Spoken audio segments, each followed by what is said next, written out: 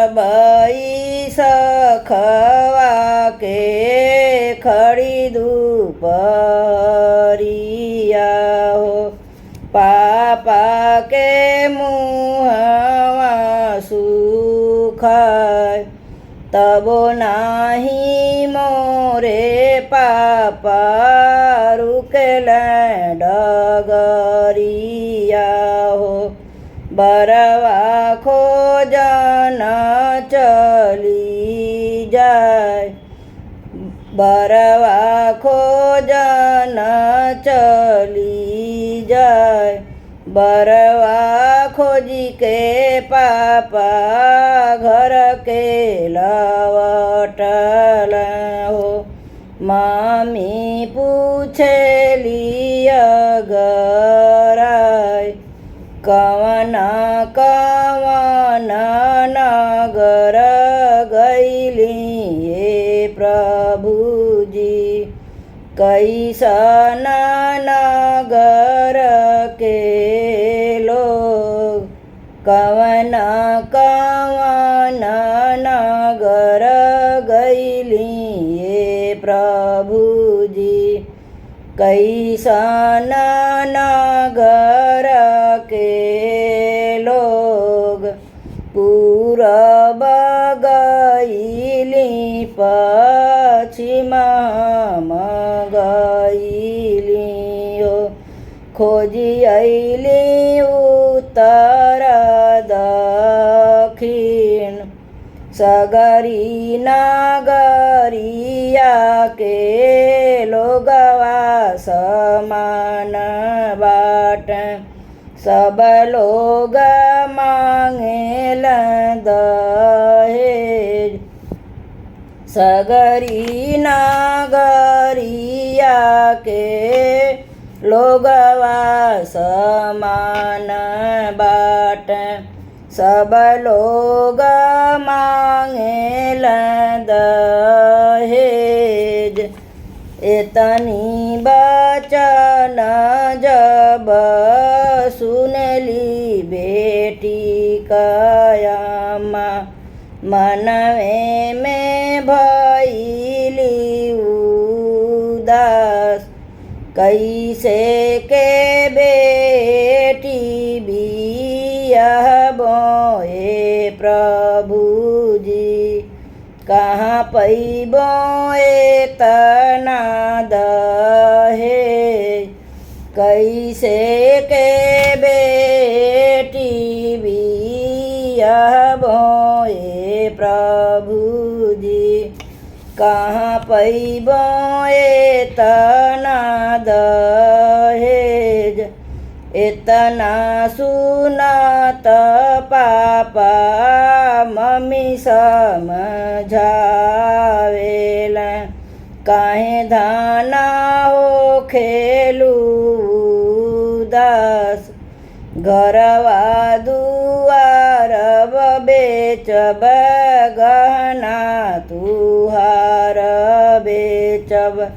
तब देब बेटी का दहेज। घरवा दुआर बेचब गहना तुहार बेचब। तब देब बेटी का दहेज। एतनी बचन जब सुनली बेकवानी बेटी। सुनी पापा अरज हमार। एतनी बचन जब सुनली कवानी बेटी।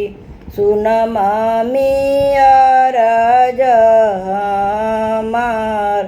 काहे के बेचब पापा घरवा दुआरवा हो। काहे के गहना बिकाय। काहे के बेचबू मामी घरवा दुआरवा हो। काहे के गहना भी काय सबही बाटे एक ही उपैया हो डूबी मर बदरिया सबही से नीक बाटे एक ही उपैया हो डूबी मारब गहिरे ताल एतनी बचन जब सुनला बेटी का भैया सुन पापाय रज हमार एतनी बचन जब सुनला बेटी का भैया सुन मामी रज हमार काहे के बेचब पापा घरवा दुअरवा काहे के गहना बिकाय हम तेजे जइब पापा पूरब से पश्चिमवा हो तिलक के करब जोगार हम तेजे जइब मामी पूरब पश्चिमवा हो दहेजवा करब जोगार कैले मामी हो राजा के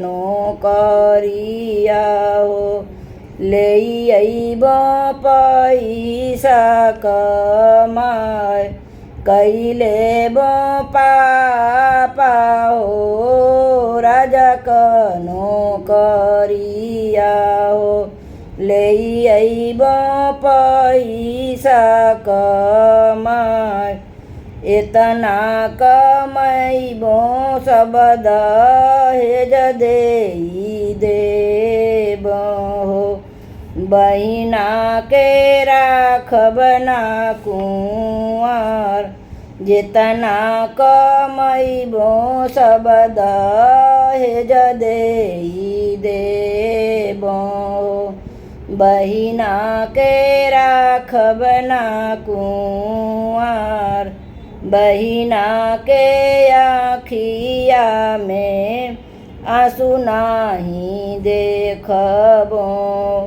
वही बहिना सुखिया घरे जाय बहिना के आँखिया में आंसू नाही देखबो बहिना सुखिया घरे